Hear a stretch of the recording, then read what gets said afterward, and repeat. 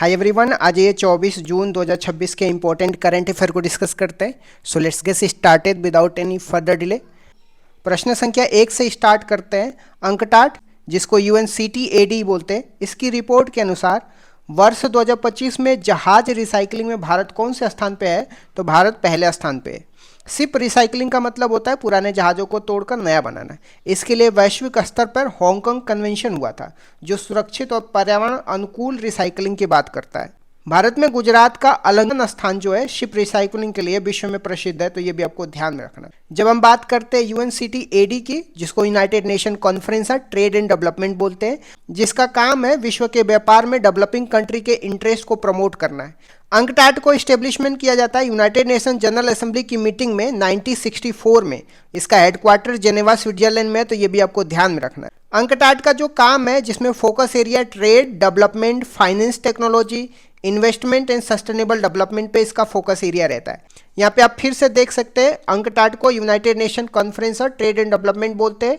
इसका फॉर्मेशन 1964 में हुआ था। इसका हेडक्वार्टर जेनेवा स्विट्जरलैंड में, और ये ट्रेड और डेवलपमेंट सेक्टर पे काम करता है। इंडिया इसका मेंबर है, तो ये भी आपको ध्यान में रखना है।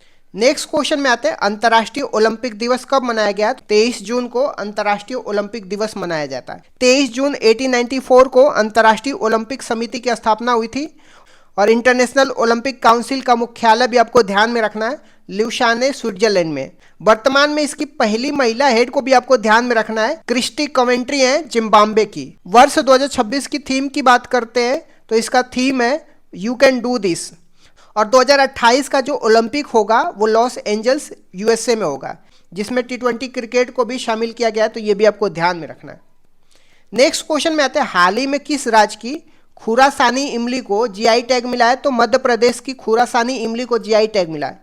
यह इमली मध्य प्रदेश के धार जिले के मांडू में पाए जाने वाले बाओबाब पेड़ का फल है। इसमें विटामिन C और एंटीऑक्सीडेंट प्रचुर मात्रा में होता है। इमली में टार्टेरिक एसिड पाया जाता है, तो ये भी आपको ध्यान में रखना है। इसके साथ ही गुजरात के जसदान पटारी हैंडीक्राफ्ट को भी GI टैग मिला है, तो ये भी आपको ध्यान में रखना है। इस फल का स्वाद इमली जैसा खट्टा है, इसीलिए इसे खुसरानी इमली कहते हैं, तो ये भी आपको ध्यान में रखना है। नेक्स्ट क्वेश्चन में आ जाते हैं, पंचायती राज मंत्रालय द्वारा महिलाओं की सुरक्षा के लिए कौन सा कार्यक्रम शुरू किया गया है? तो निर्भय चेतना कार्यक्रम शुरू किया गया है पंचायती राज के द्वारा महिलाओं की सुरक्षा के लिए। इसे नई दिल्ली से लॉन्च किया गया है, और यह निर्भया फंड के तहत संचालित है।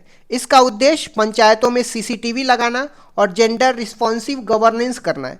प्रतिवर्ष 24 अप्रैल को पंचायती राज दिवस मनाया जाता है, तो ये भी आपको ध्यान में रखना है। यहाँ पे आप देख सकते हैं, ग्रामीण भारत में महिलाओं की सुरक्षा के नेतृत्व और सम्मान को मजबूत करने के लिए निर्भया चेतना इनिशिएटिव को स्टार्ट किया गया। इसकी महिला नेतृत्व होंगी, और इसमें लैंगिक संवेदनशीलता पे ध्यान दिया जाएगा और तकनीकी आधारित सुरक्षा पे ध्यान दिया जाएगा। नेक्स्ट क्वेश्चन में आते हैं, 11वीं ब्रिक्स ऊर्जा मंत्रियों की बैठक की मेजबानी कौन करेगा? तो गुरुग्राम, हरियाणा करेगा।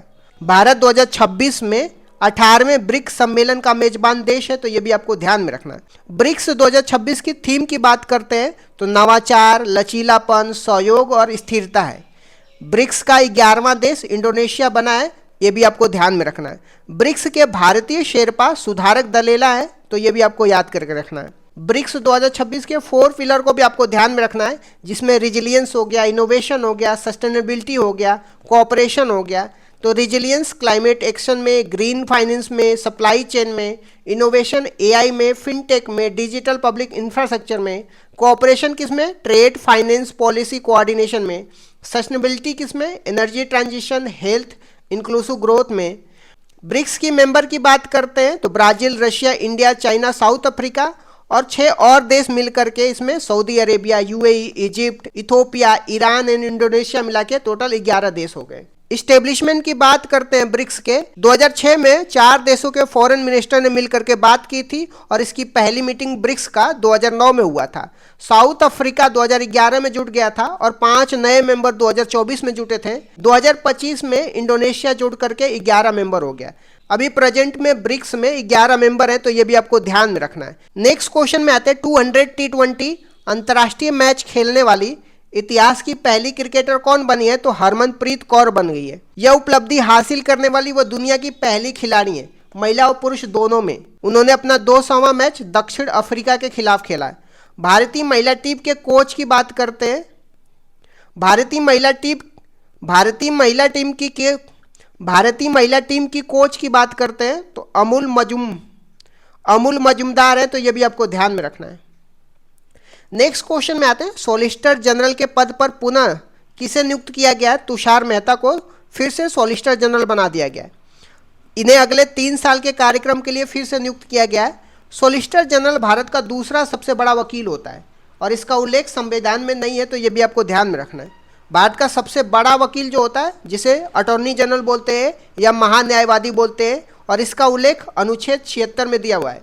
भारत में वर्तमान में अटॉर्नी जनरल या महान्यायवादी आर वेंकट रमणी है, तो ये भी आपको ध्यान में रखना है। जब हम बात करते हैं अटॉर्नी जनरल ऑफ इंडिया की, तो इसको महान्यायवादी बोलते हैं। इसका गठन 1950 में हुआ था और इनकी नियुक्ति राष्ट्रपति करते हैं। कार्यकाल की बात करते हैं अटॉर्नी जनरल ऑफ इंडिया की, तो राष्ट्रपति जब तक चाहेंगे तब तक इनका कार्यकाल रहेगा।